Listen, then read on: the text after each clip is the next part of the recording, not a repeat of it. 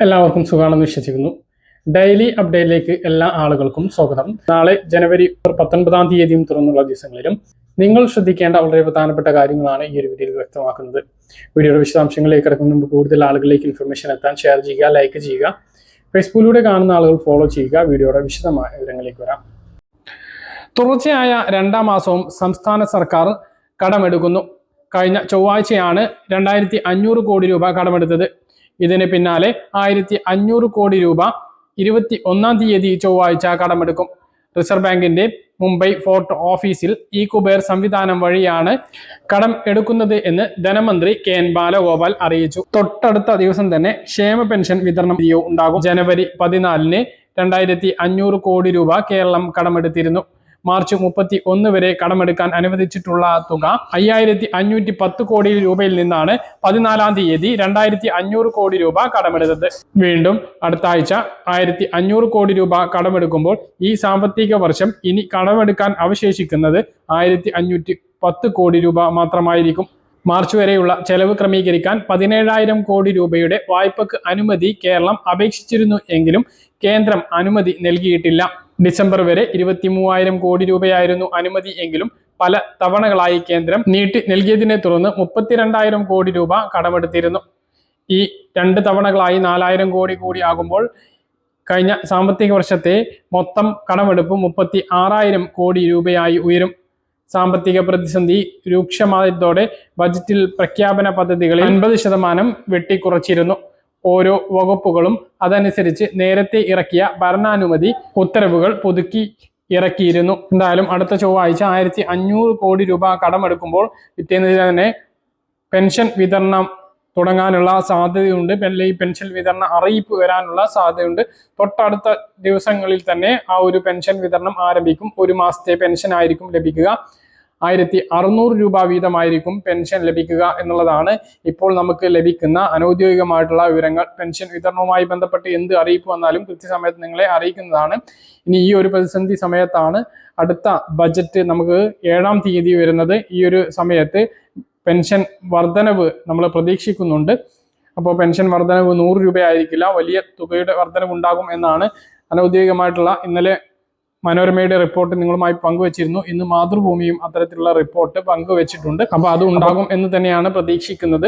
അപ്പോൾ എങ്ങനെയായിരിക്കും എന്നൊക്കെ ഉള്ളത് നമുക്ക് ബജറ്റ് വരെ കാത്തിരിക്കാം. പെൻഷൻ വിതരണം 21-ന് ശേഷം 22-ാം തീയതി മുതൽ നമുക്ക് പ്രതീക്ഷിക്കാവുന്നതാണ്. 22-ാം തീയതിയോ അല്ലെങ്കിൽ 23-ാം തീയതിയോ ആയിട്ട് ആ ഒരു പെൻഷൻ തുക വിതരണം ഉണ്ടാകും, അവർക്കും എത്തിച്ചേരുക. മറ്റൊരു പ്രധാനപ്പെട്ട അറിയിപ്പ്, ബാങ്ക് അക്കൗണ്ടുകളിൽ ഫിക്സ്ഡ് ഡെപ്പോസിറ്റുകൾ ഉള്ള ആളുകൾ ശ്രദ്ധിക്കേണ്ട വളരെ പ്രധാനപ്പെട്ട കാര്യമാണ്. ഫിക്സ്ഡ് ഡെപ്പോസിറ്റുകളിൽ നോമിനികളെ നിശ്ചയിക്കാത്തത് കാരണമായുള്ള പ്രതിസന്ധികൾ അവസാനിപ്പിക്കുന്നതിനായുള്ള നടപടികളുമായി റിസർവ് ബാങ്ക് രംഗത്ത് വന്നിരിക്കുകയാണ്. അക്കൗണ്ട് ഉടമകൾ മരിക്കുമ്പോൾ അക്കൗണ്ടിൽ നിക്ഷേപിച്ച തുക ലഭിക്കുന്നതിന് നോമിനികളെ നിശ്ചയിക്കേണ്ടത് നിർബന്ധമാക്കിയിട്ടുണ്ട്. നോമിനികൾ ഇല്ലാത്തതിനാൽ സൂക്ഷിച്ച പണം ലഭിക്കുന്നതിന് കുടുംബങ്ങൾ വളരെയധികം ബുദ്ധിമുട്ട് നേരിടേണ്ടി വരുന്നുണ്ട്. ഈ സാഹചര്യത്തിലാണ് നോമിനിയെ നിശ്ചയിക്കുന്നത് സംബന്ധിച്ച് ബാങ്കുകൾക്കും ബാങ്കിംഗ് ഇതര ധനകാര്യ സ്ഥാപനങ്ങൾക്കും റിസർവ് ബാങ്ക് നിർദ്ദേശം നൽകിയിരിക്കുന്നത്. റിസർവ് ബാങ്ക് ഇപ്പോൾ പുറത്തിറക്കിയിട്ടുള്ള നിർദ്ദേശപ്രകാരം നോമിനികളെ നിർദ്ദേശിക്കാൻ ഫിക്സ്ഡ് ഡെപ്പോസിറ്റ് ചെയ്യുന്നവരോട് ബാങ്കുകൾ ആവശ്യപ്പെടണം. നിലവിലുള്ള ഫിക്സ്ഡ് ഡെപ്പോസിറ്റുകൾക്കും പുതുതായി നിക്ഷേപം നടത്തുന്നവർക്കും നോമിനികളെ നിർദ്ദേശിക്കുന്നതിനുള്ള നടപടികൾ പൂർത്തിയാക്കണം. നിലവിൽ ധാരാളം അക്കൗണ്ടുകൾ നോമിനികളെ നിശ്ചയിക്കാത്തതുണ്ട്. ബാങ്കുകളും ഇതര ധനകാര്യ സ്ഥാപനങ്ങളും ഉപഭോക്താക്കളോട് നോമിനികളെ നിർദ്ദേശിക്കുന്നതിന്റെ ഗുണങ്ങൾ വിശദീകരിക്കണം എന്ന് റിസർവ് ബാങ്ക് ആവശ്യപ്പെട്ടു. നോമിനികൾ ഇല്ലാത്ത ബാങ്ക് അക്കൗണ്ടുകൾ കണ്ടെത്തണമെന്നും ബാങ്കുകളോടും ധനകാര്യ സ്ഥാപനങ്ങളോടും റിസർവ് ബാങ്ക് ആവശ്യപ്പെട്ടിട്ടുണ്ട്. ബാങ്കുകളിലെ അക്കൗണ്ടുകളിൽ നോമിനിയെ ചേർക്കുന്നതിന്റെ പുരോഗതി റിപ്പോർട്ട് ദശ് പോർട്ടലിൽ എല്ലാ 3 മാസം കൂടുമ്പോഴും അപ്ലോഡ് ചെയ്യണം എന്നും റിസർവ് ബാങ്കിന്റെ നിർദ്ദേശത്തിൽ പറയുന്നു. ഇതിനു പുറമെ നോമിനികളെ ചേർക്കുന്ന രീതിയിൽ അക്കൗണ്ട് തുറക്കുന്നതിനുള്ള ഫോമുകളിൽ മാറ്റം വരുത്താനും ബാങ്കുകളോട് ആവശ്യപ്പെട്ടിട്ടുണ്ട്. പുതിയ ഫോമുകളിൽ ഉപഭോക്താക്കൾ നോമിനി ഓപ്ഷൻ നിർബന്ധമാക്കാൻ RBI നിർദ്ദേശം നൽകിയിട്ടുണ്ട്. നോമിനിയുടെ നേട്ടങ്ങൾ ഇനി പറയുന്നവയാണ്. ഏതെങ്കിലും ബാങ്ക് അക്കൗണ്ടുകളിലോ FDകളിലോ നോമിനിയാക്കപ്പെടുന്ന വ്യക്തിയാണ് അക്കൗണ്ട് ഉടമയുടെ മരണശേഷം ആ അക്കൗണ്ടിൽ നിക്ഷേപിച്ചിരിക്കുന്ന തുകയുടെ നിയമപരമായ അവകാശി അക്കൗണ്ടിൽ നിക്ഷേപിക്കുന്ന ഫണ്ടുകൾ നോമിനിക്ക് എളുപ്പത്തിൽ കൈമാറാൻ കഴിയും. നോമിനി കുടുംബത്തിലെ അംഗമാവണം എന്ന് നിർബന്ധമില്ല. കുടുംബാംഗങ്ങൾക്ക് പുറമെ നോമിനിയായി സുഹൃത്തുക്കളെയോ മറ്റേതെങ്കിലും ബന്ധുവിനെയോ നോമിനിയാക്കാവുന്നതാണ്. വളരെ പ്രധാനപ്പെട്ട കാര്യമാണ്. രാജ്യത്തെ ബാങ്കുകളിൽ കോടാനുകോടി രൂപയാണ് ഇങ്ങനെ അവകാശികളില്ലാതെ പോകുന്നത്. അതുകൊണ്ട് തന്നെ ബാങ്ക് അക്കൗണ്ടുകളിൽ പണം നിക്ഷേപിച്ചിട്ടുള്ള ആളുകൾ തീർച്ചയായിട്ടും നോമിനിയെ ചേർക്കൽ നിർബന്ധമാക്കിക്കൊണ്ടാണ് RBIയുടെ പുതിയ അറിയിപ്പ് വന്നിട്ടുള്ളത്. സ്വർണ്ണവിലയിൽ കുറവുണ്ടായി. പവന് 120 രൂപയാണ് കുറഞ്ഞത്. ഇതോടെ 1 ഗ്രാം സ്വർണത്തിന് 7435 രൂപയും 1 പവൻ സ്വർണത്തിന് 59,480 രൂപയുമായിട്ടുണ്ട്. നിങ്ങൾ ഉടൻ തന്നെ നിങ്ങളുടെ വാർഡ് മെമ്പറെയോ മുനിസിപ്പൽ കൗൺസിലറെയോ കാണണം. വിവിധ തദ്ദേശ സ്ഥാപനങ്ങൾ മുഖാന്തരം മഹാത്മാഗാന്ധി ദേശീയ ഗ്രാമീണ തൊഴിലുറപ്പ് പദ്ധതി 2025-26 സാമ്പത്തിക വർഷത്തിൽ ഉൾപ്പെടുത്തിക്കൊണ്ട് ഏറ്റെടുത്ത് നടപ്പിലാക്കുന്ന പ്രവർത്തികൾക്കുള്ള അപേക്ഷ ക്ഷണിച്ചിട്ടുണ്ട്. ഇതിലൂടെ വിവിധ ആനുകൂല്യങ്ങളാണ് ഗുണഭോക്താക്കൾക്ക് ലഭിക്കുക.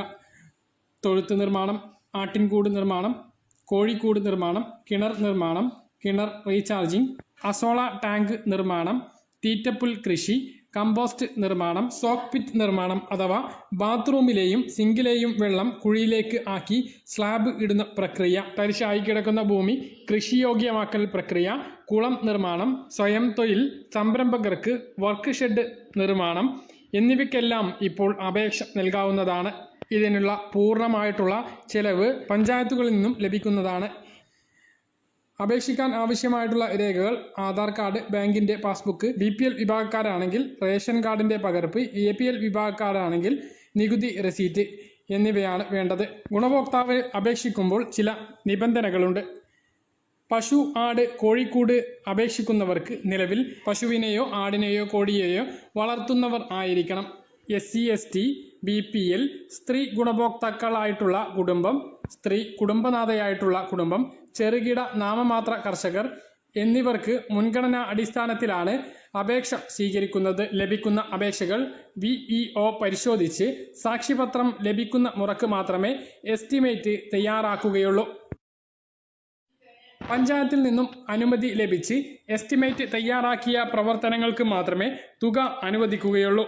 പഞ്ചായത്തിൽ നിന്നും അനുമതി ലഭിക്കാത്തതിന്, അതായത് മുമ്പ് നിർമ്മാണം പൂർത്തിയാക്കിയ പ്രക്രിയകൾക്ക് പണം അനുവദിക്കുന്നതല്ല. എസ്റ്റിമേറ്റ് തയ്യാറാക്കിയതിന് ശേഷം ആദ്യ പ്രവൃത്തി പൂർത്തീകരിച്ച ശേഷം GST ബില്ലുകൾ സമർപ്പിക്കുന്ന മുറയ്ക്കാണ് ഫണ്ടുകൾ അനുവദിക്കുന്നത്. കേന്ദ്ര സംസ്ഥാന സർക്കാരുകളുടെ ഫണ്ട് തരുന്ന മുറക്കാണ് പ്രവർത്തനങ്ങളുടെ തുക അനുവദിക്കുക. അപേക്ഷകൾ നേരത്തെ പറഞ്ഞ രേഖകൾ സഹിതം അതാത് വാർഡ് മെമ്പർ മുഖേനയോ പഞ്ചായത്തിലെ തൊഴിലുറപ്പ് ഓഫീസിൽ നേരിട്ടോ അപേക്ഷകൾ സമർപ്പിക്കേണ്ടതാണ്. അപ്പോൾ എല്ലാ പഞ്ചായത്തുകളിലും ഇത്തരത്തിലുള്ള പദ്ധതികളിലേക്കുള്ള അപേക്ഷയുണ്ട്. വിവിധ പഞ്ചായത്തുകളിൽ അത് സ്വീകരിച്ചു കഴിഞ്ഞിട്ടുണ്ട്. ഇപ്പോൾ അവസാന സമയമാണ്. അപ്പോൾ നിങ്ങളുടെ പഞ്ചായത്തിൽ ഇത് എങ്ങനെയൊക്കെയാണ് എന്ന് വാർഡ് മെമ്പറുമായി സംസാരിച്ച് അതിനുള്ള അപേക്ഷകൾ നൽകണമെന്ന് ഓർമ്മിപ്പിക്കുന്നു. പറഞ്ഞ കാര്യങ്ങൾ കൃത്യമായിട്ട് മനസ്സിലാകാൻ തരുന്നു. ഇതുപോലെ ഇൻഫർമേഷൻ ലഭിക്കാൻ ചാനൽ സബ്സ്ക്രൈബ് ചെയ്യുക, ബെല്ലൈക്കൺ എനേബിൾ ചെയ്ത് വെക്കുക. ഒരു വീഡിയോ നമുക്ക് വീണ്ടും കാണാം.